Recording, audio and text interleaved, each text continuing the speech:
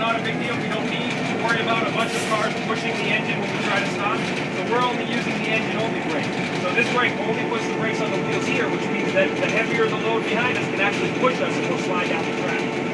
This is our power throttle, so this is how much power we're giving. You can see it has numbers, 1 to 8, so right now we're just going to glide. This is our speedometer, so these two kind of work together. We want to be right around 10 miles an hour as we're going through this curve. Remember, you're helping me to drive, so you're going to be watching forward as much as possible so that nobody's running in the track, no cats, iguanas, snakes, any of that stuff that we don't want to squish. These are our air pressure gauges. Our brakes in here work off of air. Pretty much everything in these type of engines works off of air, including our windshield wipers. Up above us over here is a valve. We open it, you can hear the air going through, and that's actually operating the windshield wipers. The most important part of what gets operated by air, so the most favorite part for people like you, is going to be this thing right here. You know what that is? Pull on it, let me know. Pull on. That's the train horn. So we did have a couple of different signals. Did you hear me say that originally? So you just blew it one time. What does that mean, technically? One whistle means stop. So we're not really stopping, so you don't want to blow it one time. We're going forward. How many times do you want to blow it? 2. So go ahead and blow it 2 times.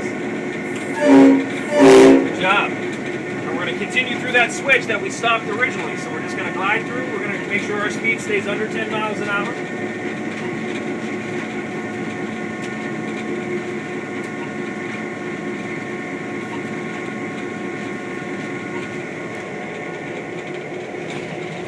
Now normally there's a bell on the train, this one's not working. That's why when you're over there you can feel air coming up. You hear the hissing that's out there and you can hear it go boom, boom, boom, but if the bell is not, there's a leak in the valve, so we're going to fix that. Alright, when you ever seen a big train go by on the road?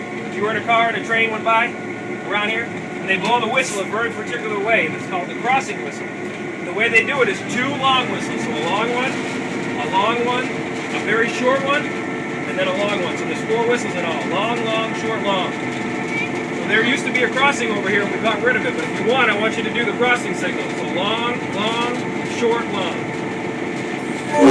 Long one, short one now. And now a long one. Alright, good job. Now remember, you're driving. You got to look forward too. Anybody on the track? Alright, good. So we're clear to go. Go up into number 3. Move this over one time. It should click. There you go, just like that. We'll speed it up a little bit.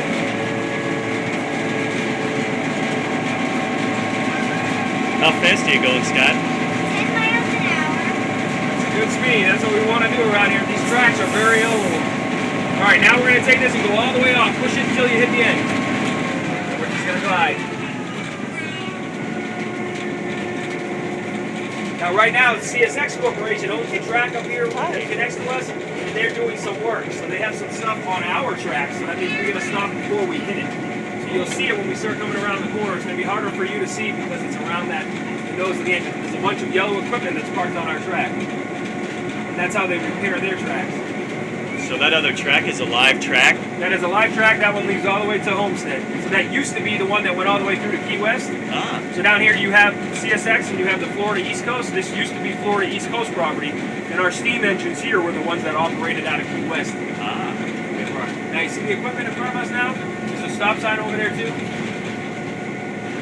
So I'm stopping it right now. I didn't even tell you that part. You can feel the train's kind of stopping. Now when we stop, how many times you blow the whistle? 1 time.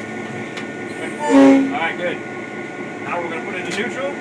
Does anybody else want to drive? You want to switch on? You want to drive? Do you want to drive? 1804 back. You don't want to? Okay.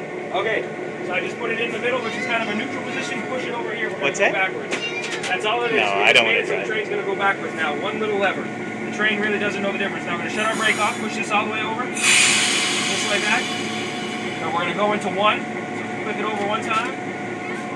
Normally we would blow the whistle, but we're not going to right now because we have houses right there. You see them on the other side of the track, those yellow buildings.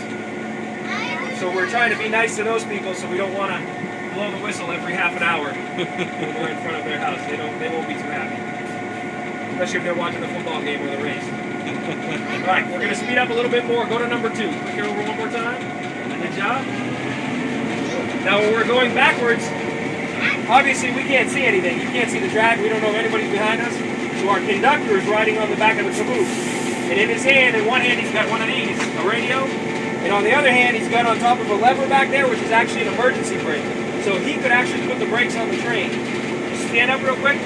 See those red valves right there? It says emergency brake on the side. He's got one of those. If anybody were to push that, it would stop the whole train. Make a whole bunch of noise too and make bells go off. So, but we need to listen to the radio because if he tells us stop, stop, stop, then we have to be ready with the brake to be able to stop the train immediately and then shut the power off.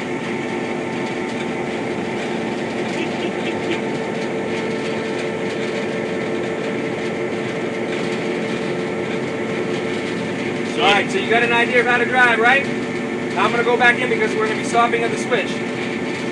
You want to go back and sit on that side, you're going to be the fireman again, and we're going to watch the switch go across. Okay. Good job, though. Tell him thank you, Scott.